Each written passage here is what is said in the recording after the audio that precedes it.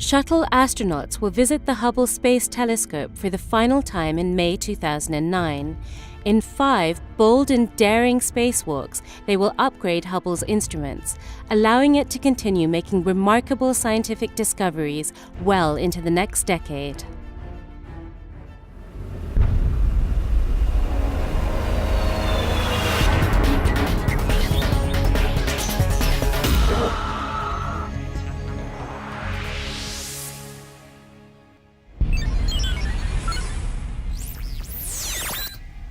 This is the Hubblecast, news and images from the NASA ESA Hubble Space Telescope. Travelling through time and space with our host, Dr. J, aka Dr. Joe Liska. To scientists and the public alike, the NASA ESA Hubble Space Telescope is an icon of scientific progress. Although more than 100 space observatories have been put into orbit over the years, Hubble remains the best known. Its success story is based on amazing scientific results and stunning images. But much of this was only possible because once in a while, astronauts went up there and paid Hubble a visit. Welcome to the Hubblecast. I'm actually quite excited because today we're going to look at the 5th and final Hubble servicing mission.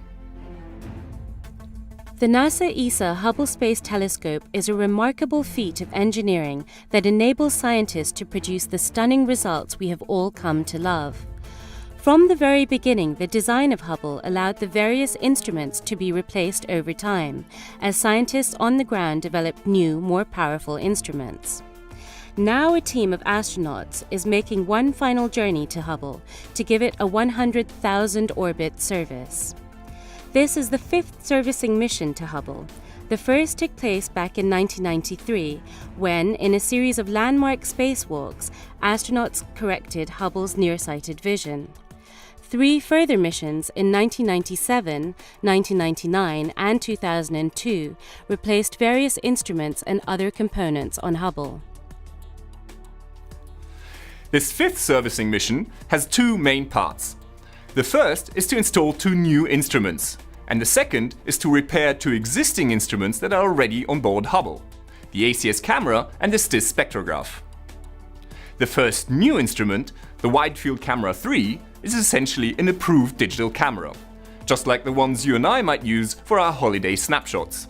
Except that this one boasts 16 megapixel, can observe in the ultraviolet, visible and infrared regimes, and it weighs several hundred kilos. The second new instrument is the Cosmic Origin spectrograph, which will work in the ultraviolet. Unlike cameras, a spectrograph doesn't take images. Instead, it breaks up the light into its constituent colors to show its spectrum, a bit like a rainbow.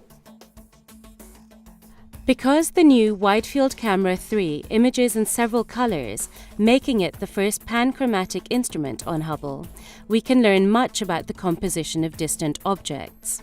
Ultraviolet light reveals hot young stars burning brightly. Yellow light reveals clouds of hydrogen gas, and red light reveals the glowing embers of older stars.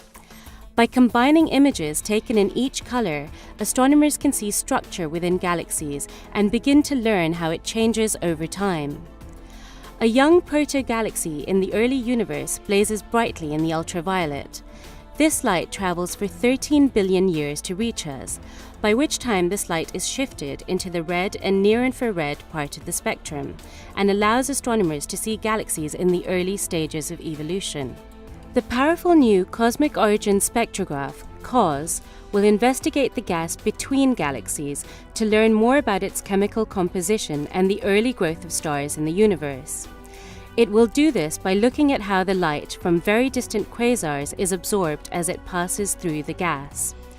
Closer to home, this improved spectrograph can also detect young stars, burning hotter than our Sun, embedded in the thick dust clouds that gave rise to their birth, clarifying the phenomenon of star formation.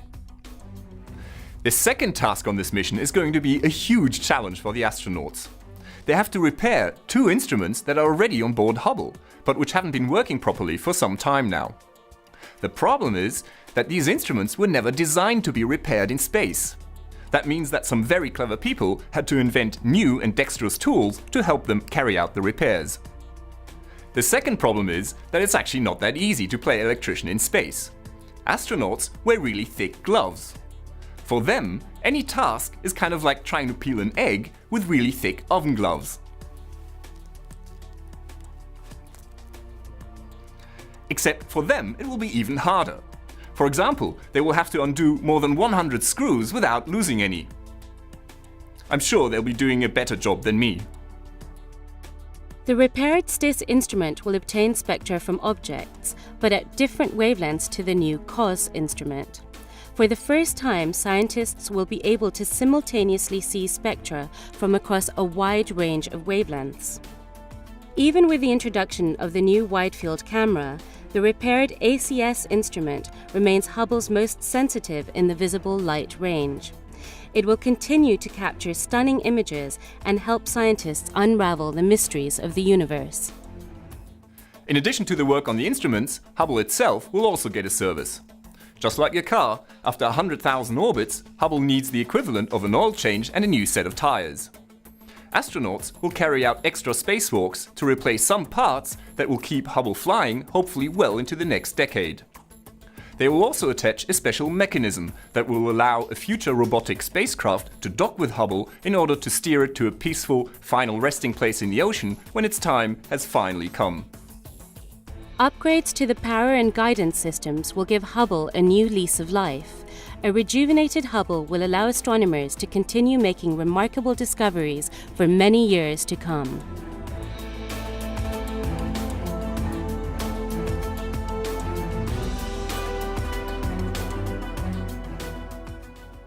Impressive, isn't it?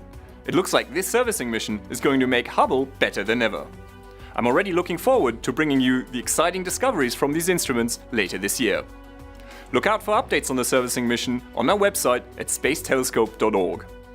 This is Dr. J signing off for the Hubblecast. Once again, nature has surprised us beyond our wildest imagination.